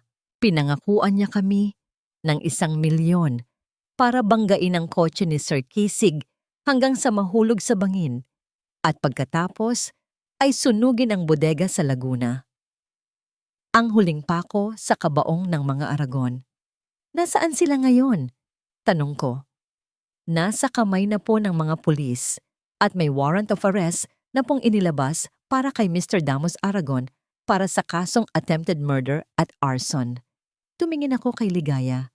Ang mukha niya ay seryoso. Wala nang awa. Tapos na ang lahat. Good, sabi niya. It's time to end this. Biglang tumunog ang telepono ni Ligaya. Registered number, si Damos. Tiningnan ako ni Ligaya. Tumango ako. Inilagay niya ito sa loudspeaker. Ligaya, narinig mo ba ang balita? Sigaw ni Damos sa kabilang linya. Ang boses niya ay hindi na desperado. Masaya ito. Naaksidente ang tibayan na yon at ang bodega mo abo na. Nakita mo? Ito ang nangyayari kapag kinalaban mo ako. Ngayon, wala ka ng kakampi. Mahina ka na ulit. Bumalik ka na sa akin, Ligaya. Patawarin kita. Simulan natin ulit. Hindi sumagot si Ligaya. Sa halip, ako ang nagsalita. Sorry, Aragon. I think you called the wrong number, sabi ko. At tungkol sa aksidente ko? Well, I'm feeling much better now. Actually, I'm with Ligaya right now. At pinapanood namin ang video ng mga tauhan mo habang kumakanta sila sa mga pulis. Narinig namin ang isang matinis na pagmumura mula sa kabilang linya. Pagkatapos ay ang tunog ng sirena ng pulis na papalapit. Pipaanong, hindi, hindi, click. Binabaan niya kami ng tawag. Tapos na ang laro, bulong ko. Hindi pa, sagot ni Ligaya. Tumingin siya sa akin. Ang mga mata ay may determinasyon na ngayon ko lang nakita. May isa pa siyang huling galaw at alam kong gagawin niya yon. Bago ko pa maitaning kung ano yon, muling tumunog ang phone ni Ligaya. Isang video message mula kay Damos. Nanginginig na pinindot ni Ligaya ang play. Bumungad sa amin ang mukha ni Damos, gulo-gulo, umiiyak, at may hawak na kutsilyo. Nasa loob siya ng isang pamilyar na lugar. Ang luma nilang tagpuan ni Ligaya. Ligaya, sabi niya sa video, kung hindi ka mapupunta sa akin, walang ibang makakakuha sa'yo. Pupuntahan kita. At kung hindi ka sasama sa akin, sabay tayong mawawala sa mundo. Huwag kang pupunta, Ligaya. Ang boses ni Kisig ay matigas na parang bakal. Hinawakan niya ang braso ko, pinipigilan akong tumayo mula sa kama ng ospital. Baliw na siya. Hindi mo alam ang kaya niyang gawin. Hayaan mo nang ang mga pulis ang humuli sa kanya. Tiningnan ko siya. Ramdam ko ang takot sa buong katawan ko. Ang pamilyar na lamig na gumagapang sa aking balat tuwing nasisigawan ako ni Damos noon. Gusto kong magtago sa likod ni Kisig at hayaan siyang tapusin ang lahat. Pero hindi pwede. Kailangan kong pumunta, Kisig, sabi ko. Ang boses ay nanginginig pero desidido. Kung hindi ko siya haharapin ngayon, habang buhay niya akong guguluhin sa isip ko. Ito ay laban ko. Kailangan ako ang tumapos nito. Hindi kita hahayaang mag-isa. Alam ko, sagot ko. Pero sa pagkakataong ito, kailangan mong magtiwala sa akin. Hayaan mo akong kausapin siya. Nasa likod lang kayo ng mga pulis. Kapag nagbigay ako ng senyas, pumasok kayo. Nag-aalangan man, tumango si Kisig. Nakita niya sa mga mata ko na hindi na ako ang babaeng kailangan iligtas. Isa na akong reyna na haharap sa sarili niyang giyera. Ang tagpuan, isang abandonadong lighthouse sa tabi ng dagat. Dito kami unang nag-date ni Damos.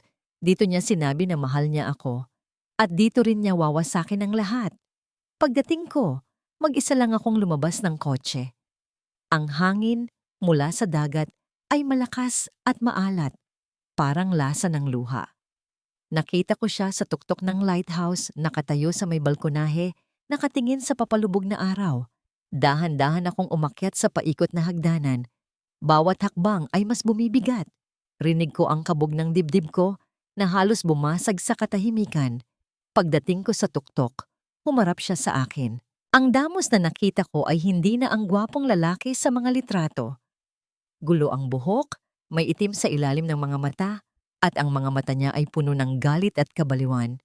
Hawak niya ang isang maliit na patalim. Dumating ka, sabi niya. Ang boses ay basag. Nandito ako, Damos. Kalmado kong sagot. Tapusin na natin to. Sumuko ka na sa mga pulis. Tumawa siya ng mapakla. Sumuko? Para ano? Para mabulok sa kulungan habang ikaw at ang tibayan na yon ay nagpapakasaya sa yaman na dapat ay sa akin? Hindi yon sayo, Damos. At hinding-hindi magiging sayo. Dahil hindi mo pinaghirapan, ang alam mo lang ay umasa at manakit ng iba. Nanakit? Sigaw niya. At sa isang iglap, nasa harapan ko na siya. Itinutok niya ang patalim sa leeg ko. Ramdam ko ang lamig ng bakal sa aking balat. Minahal kita, Ligaya. Ginawa ko ang lahat. Sinunod ko si Mama para sa'yo. Para magkaroon tayo ng magandang buhay. Hindi yan pagmamahal, Damos, sabi ko. Hindi inaalis ang tingin sa mga mata niya. Ang tawag dyan, kasakiman.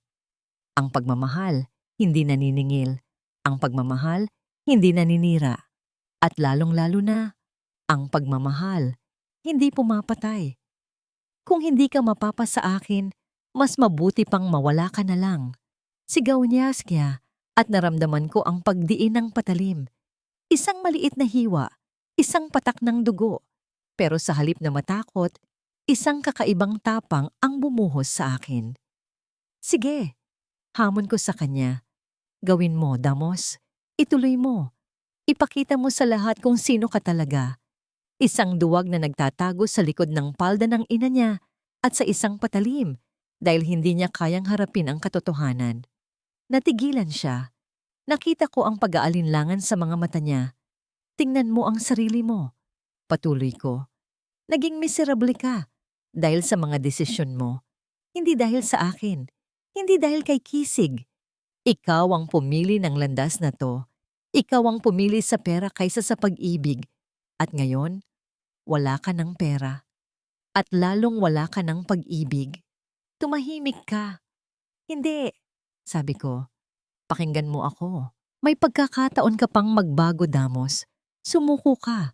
Pagbayaran mo ang mga kasalanan mo. Baka sa huli, mapatawad mo rin ang sarili mo. Patawad? Umiiyak na, sabi niya. Huli na ang lahat. Wala na ang lahat. Bigla niyang binitawan ang patalim. Napaluhod siya sa sahig, humahagulgol na parang bata. Ang halimaw na nasa harap ko kanina ay biglang naging isang kaawa-awang lalaki. Iyon ang senyas ko. Ibinaba ko ang aking kamay. Sa isang iglap, bumukas ang pinto sa ibaba. Umakyat ang mga pulis, kasama si Kisig. Nang makita ni Damos ang mga pulis, hindi na siya nanlaban. Hinayaan niyang pusasan siya. Pagdaan niya sa tabi ko, tumigil siya. Patawarin mo ako, Ligaya. Bulong niya, hindi makatingin sa akin. Sinayang ko ang pinakamahalagang kayamanan na dumating sa buhay ko. At yon ay ikaw. Hindi ako sumagot. Pinanood ko lang siyang dalhin pababa ng mga pulis. Naramdaman ko ang isang kamay sa balikat ko. Si Kisig. Tapos na, sabi niya. Humarap ako sa kanya. At sa unang pagkakataon sa loob ng napakatagal na panahon, umiyak ako. Hindi dahil sa sakit o galit, kundi dahil sa relief. Sa wakas, malaya na ako. Niyakap ako ni Kisig. Isang yakap na mahigpit at puno ng seguridad. Isinandal ko ang ulo ko sa dibdib niya at doon ibinuhos ang lahat. Shh! Sabi niya habang hinahaplos ang buhok ko. It's over. You're safe now. I'm here. Nang tumahan ako, tumingala ako sa kanya. Pinunasan niya ang mga luha sa aking pisngi gamit ang kanyang hinlalaki. Salamat, Kisig, sabi ko. Salamat sa lahat. Wala yon, sagot niya. Gagawin ko ang lahat para sa partner ko. Ngumiti ako. Partner lang ba talaga? Tanong ko. Ginagaya ang sinabi niya sa ospital. Ngumiti siya pabalik. Dahan-dahan, inilapit niya ang kanyang mukha sa akin. At sa tuktok ng lighthouse, sa ilalim ng papalubog na araw, sa gitna ng hangin ng dagat, ang dalawang mundo namin ay nagtagpo. Isang halik, isang simula. Tapos na ang giyera at nagsisimula pa lang ang kapayapaan. That. Ang tunog na gumigising sa akin tuwing umaga ay hindi na ang alarm clock na may malambing na musika. Hindi na rin ang katok ng katulong na may dalang mainit na kape sa aking silver tray. Ang gumigising sa akin ngayon ay ang sigaw ng mga nagtitinda ng isda sa labas, ang tilaok ng manok ng kapitbahay, at ang amoy ng kanal na sumisingaw mula sa bintanang sira-sira. Ito na ang bago kong mundo. Isang maliit na kwarto sa isang barong-barong sa tondo. Ang mansyon, ang mga alahas, ang mga kotse, lahat ay kinuha ng bangko. Ang bangko na pag-aari pala ni Kisig Tibayan, isang taon na ang nakalipas mula ng araw na yon. Isang taon na rin mula nang huli kong makita ang anak kong si Damos. Hukom, patawarin niyo po ang anak ko. Pagmamakaawa ko sa korte noong araw ng paglilitis. Ako po ang may kasalanan ng lahat. Ako ang nagtulak sa kanya. Pero huli na. Ang video confession ng mga tauhan niya, ang testimonya ni Ligaya at Kisig, Ang mga ebidensya ng arson, lahat ay malinaw. Hinatulan si Damos ng habambuhay na pagkakakulong. Bago siya isakay sa sasakyan ng mga pulis, niyakap ko siya. Patawarin mo si mama, anak. Umiiyak kong sabi. Tapos na, ma. Sagot niya. Ang mga mata niya ay wala ng buhay. Mag-ingat ka. Iyon na. Iyon na ang huli. Ngayon, para mabuhay, kailangan kong magtrabaho. Ang mga kamay ko na dati manikyurista lang ang humahawak, ngayon ay puno na ng kalyo. Nagtatrabaho ako sa isang karinderya, tagahugas ng pinggan. Hoy, Brutalina! Sigaw ng may-ari, isang matabang babae na laging nakasigarilyo. Bilisan mo nga dyan! Ang babagal-bagal mong kumilos. Akala mo reyna ka pa rin? Yumuko lang ako at binilisan ang pagkuskos sa mga sebo sa plato. Brutalina. Iyon na ang tawag nila sa akin. Napanood nila sa balita. Ang dating pangalan na kinatatakutan ay naging isang katatawanan. Aray! Biglang may pumitik sa tenga ko. Ang may-ari. Ano ba yan? Basag na naman. Turo niya sa isang platong nabitawan ko. Ang tanga-tanga mo talaga. Ibabawas ko yan sa sweldo mo. Kinuha niya ang walis at dustpan at inihagis sa harap ko. Linisin mo yan na ngayon na. Habang pinupulot ko ang mga bubog, bigla akong natigilan. Ang eksenang ito, pamilyar. Ganitong-ganito ang ginawa ko kay Ligaya noon. Ang paninigaw, ang pagpapahiya, ang pagtrato sa kanya na parang hindi tao. Napatingin ako sa aking refleksyon sa isang basang baldosa, isang matandang babae, payat. Gulo ang buhok, ang dating makintab na balat ay kulubot na dahil sa araw at hirap. Sino to? Hindi ko nakilala ang sarili ko. Nang araw ng sweldo, pagkatapos ng isang buwang pagod, isang sobre ang iniabot sa akin. Binuksan ko ito. Kulang-kulang. Bakit ganito lang? Tanong ko. Binawas ko na yung mga baso at platong binasag mo. Sagot ng may-ari. Swerte mo nga may natira pa. Oh, ano yan?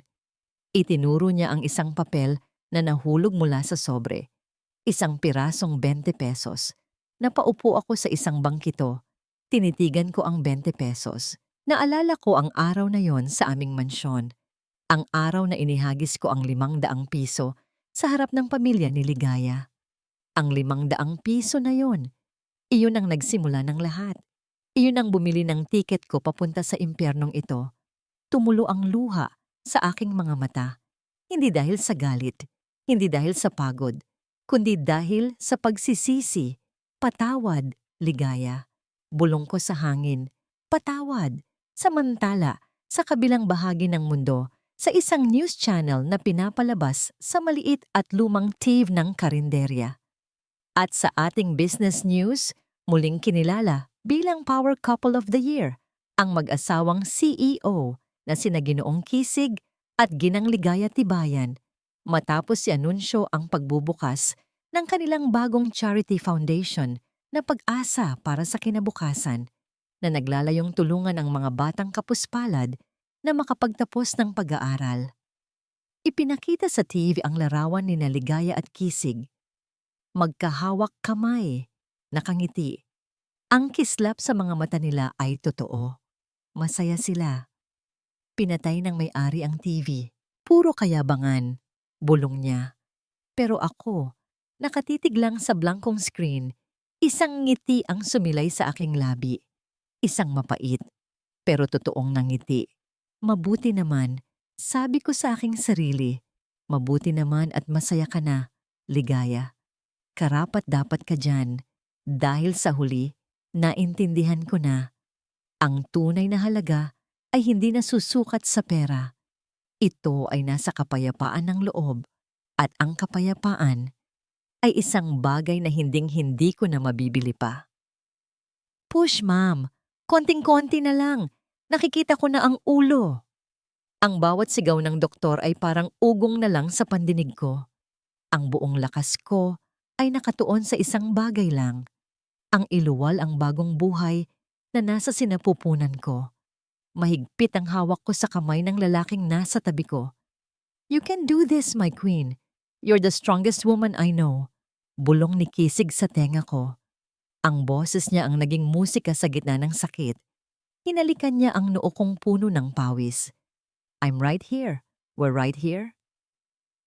Sa isang huling malakas na tulak, isang malakas na iyak ng sanggol ang pumuno sa delivery room. Iyak na mas matamis pa sa kahit anong awit. "It's a boy!" Masayang anunsyo ng doktor. Napahiga ako sa unan, hingal na hingal, pero lumuluha sa saya. Inilapag ng nurse sa dibdib ko ang isang maliit na nilalang, balot sa puting kumot. Ang anak namin. Ang mga daliri niya ay napakaliit. Ang kanyang mga mata, dahan-dahang iminumulat, ay kasing itim at kasing lalim ng mga mata ng kanyang ama. "Hi baby," umiiyak kong bati. "Welcome to the world. I'm your mommy." Tumingin ako kay Kisig. Umiiyak din siya. Ang pating ng business world, ang walang awang CEO, ay isang ama na ngayon na luhod-luhod sa pag-ibig para sa kanyang mag-ina. "He's perfect, Ligaya," sabi niya. "Just like you."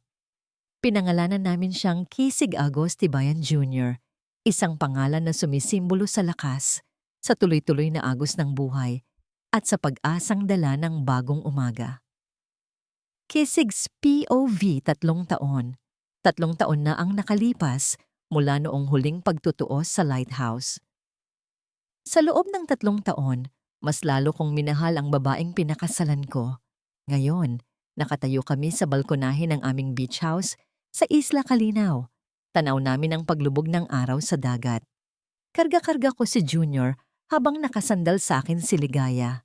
Ini-imagine ko lang. Bulong ni Ligaya. Paano kaya kung hindi nangyari ang lahat? Kung tinanggap ko na lang ang 500 piso at nagpakasal kay Damos? Then I would have bought his company, fired him, and courted his beautiful, underappreciated wife. Biro ko. Natawa siya. "Sira ka talaga." "Seryoso?" Sabi ko. "Kung hindi nangyari iyon, hindi mo siguro makikita ang tunay mong halaga. At ako, baka hanggang ngayon, isa pa rin akong malungkot na bilyonaryo na ang tanging pag-ibig ay ang stock market." Humarap siya sa akin. Natagpuan natin ang isa't isa sa gitna ng gulo. "Because we were meant to find each other," sagot ko. Hinawakan ko ang pisngi niya. "You were never a damsel in distress, Ligaya. You were a queen who forgot she had a crown. I just reminded you where it was. At ikaw naman ang hari na nagturo sa reyna kung paano magmahal muli." Sabi niya. Isang tawag ang pumasok sa telepono ni Ligaya. Ang ama niya, si Don Agos. "Lolo wants to say goodnight," sabi ni Ligaya at inilipat ang video call sa aming anak. Masaya at malakas na si Don Agos ngayon. Ang lahat ng oras niya ay ibinubuhos niya sa kanyang nag-iisang apo. Mula sa pagiging chairman ng isang malaking korporasyon, ang pinakapaborito na niyang titulo ngayon ay Lolo. Pagkatapos ng tawag, habang papalubog na ng tuluyan ng araw, may inabot si Ligaya sa akin. Isang maliit na kahon. "Anniversary gift?" sabi niya. Binuksan ko ito. Sa loob, may isang piraso ng papel na naka-frame, isang kulay kahel na papel na mukhang luma, isang 500 piso bill. Tiningnan ko siya, nagtataka. "Huwag kang mag-alala. Hindi yan yung original." Natawa siya. "Pero ipina-frame ko yan para maalala natin na minsan, ang pinakamasakit na insulto, pwedeng maging simula ng pinakamalaking biyaya." Kinuha ko ang kamay niya at hinalikan ito. Sa daliri niya, suot niya ang tunay na singsing na ibinigay ko. Isang asul na diamante, kasing kulay ng dagat sa aming harapan. "I love you, Ligaya Pag-asa Tibayan, higit pa sa 1 bilyong halaga." "I love you more, Kisig Tibayan. Ikaw ang tunay kong pag-asa." At habang ang araw ay tuluyang lumubog at napalitan ng libu-libong mga bituin, ang pamilya namin ay buo. Ang pag-ibig namin ay sapat dahil ang tunay na halaga ay hindi nakikita sa bangko. Ito ay nararamdaman sa puso. Isang kayamanan na hinding-hindi kayang bilhin o nakawin ni numan. At dito po nagtatapos ang kwento ni Ligaya, isang babaeng minsan ay inalipusta at tinapakan, ngunit sa huli ay bumangon at ipinakita sa lahat ang kanyang tunay na halaga. Ang kanyang paglalakbay ay nagtuturo sa atin ng isang mahahalagang aral. Ang dangal at pagkatao ay hindi nabibili ng pera. Hindi ito nasusukat sa kintab ng kasuotan o sa laki ng bahay na tinitirhan. Ang tunay na halaga ng isang tao, lalo na ng isang babae, ay nasa kanyang paninindigan, sa kanyang busilak na puso, at sa kanyang kakayahang bumangon mula sa anumang pagsubok. Naway magsilbi itong paalala na sa bawat isa sa atin, mayroong isang ligaya, matapang, matatag, at karapat-dapat sa isang pag-ibig na tunay at walang katumbas. Maraming salamat po sa inyong walang sawang pagsubaybay sa kwentong ito mula simula hanggang wakas. Ang inyong pakikinig ang nagbibigay sa amin ng lakas upang magpatuloy sa paglikha ng mga kwentong pumupukaw sa ating mga puso. Ano po ang masasabi ninyo sa kwento ni Ligaya at Kisig? Nais naming marinig ang inyong mga saloobin. Pakiiwan lang po ang inyong komento sa ibaba. At kung meron po kayong gustong marinig na particular na uri ng kwento sa susunod, comedy, horror, o mas marami pang drama, huwag po kayong mag-atubiling i-suggest. Hindi dito nagtatapos ang ating paglalakbay. Marami pa pong kwentong kasing ganda at mas puno ng aral dito sa aming channel. Kung nagustuhan nyo ang kwentong ito, i-like, i-share sa pamilya at mga kaibigan, at mag-subscribe na rin para lagi kayong updated sa mga susunod pa naming kwento.